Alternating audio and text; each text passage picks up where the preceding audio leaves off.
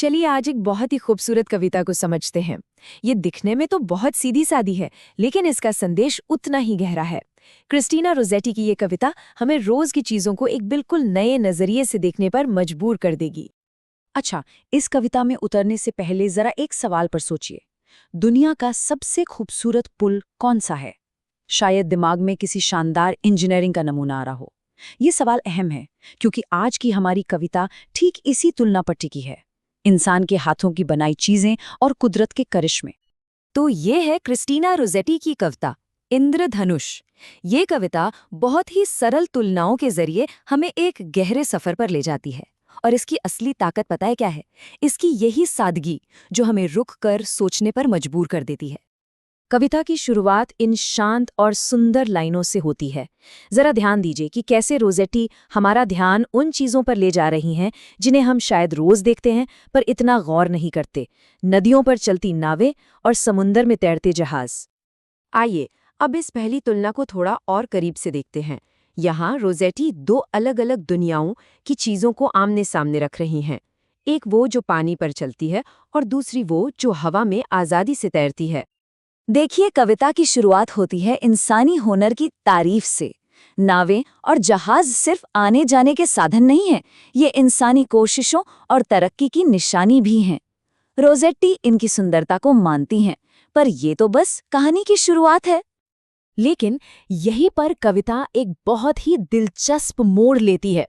हमारी नज़र को पानी की सतह से उठाकर सीधा ऊपर खुले आसमान की ओर ले जाती है। यहाँ वो गहरा फर्क साफ दिखता है जिसकी बात रोज़ेटी कर रही हैं।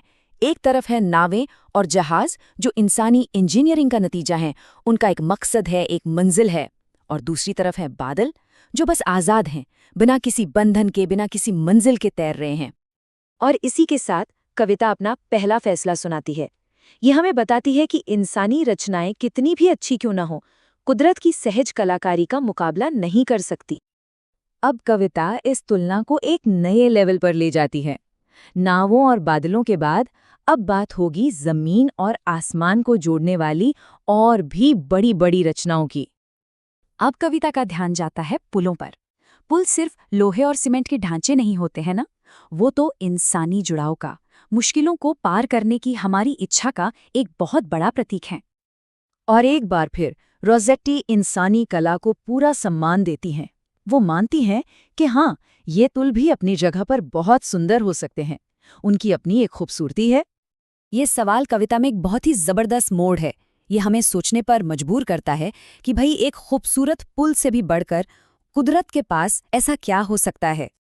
और कविता का जवाब उतना ही शानदार है। वो एक ऐसी चीज की बात करती है जो पत्थर या स्टील से नहीं, बल्कि सिर्फ रोशनी और पानी की बूंदों से बनी है। और ये रहा कुदरत का जवाब, इंद्रधनुष। कविता में इसे सिर्फ बारिश के बाद दिखने वाली कोई चीज नहीं, बल्कि एक ऐसी दिव्य कमान बताया गया है जो सीधा स्वर्ग तक पुल बना देती है। जरा इस एक लाइन पर गौर कीजिए। ये इंद्रधनुष के विशाल और हैरान कर देने वाले आकार पर जोर देती है, जिसके सामने जमीन की हर चीज, बड़े बड़े पेड़ भी छोटे पड़ जाते हैं। तो एक बार फिर हम वही अंतर देखते हैं। इंसानी पुल प्रैक्टिकल है, वो जमीन पर दो जगहों को जोड़ते हैं। लेकिन इंद्रधनुष, वो तो एक चमत्कार जैसा है जो जमीन और आसमान को एक कर देता है।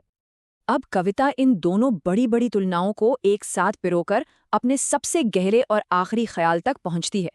अब बात सिर्फ सुंदरता की नहीं, बल्कि जुड़ाव की है। ये लाइन, ये कविता का शिखर है। इंद्रधनुष अब सिर्फ एक सुंदर नज़ारा नहीं रहा, बल्कि एक प्रतीक बन गया है। एक ऐसा रास्ता जो हमें हमारी दुनिया से कहीं ऊंचे किसी और आयाम से जोड़ता है।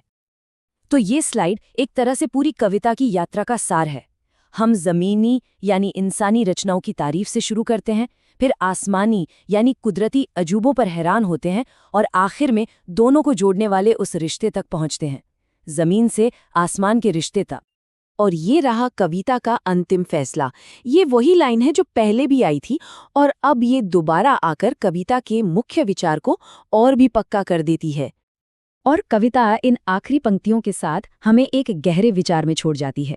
शायद असली सुंदरता उन चीज़ों में नहीं है जिन्हें हम बनाते हैं, बल्कि उन छोटे छोटे चमत्कारी पलों में है जो हमें याद दिलाते हैं कि हम एक बहुत बड़ी और खूबसूरत दुनिया का हिस्सा हैं।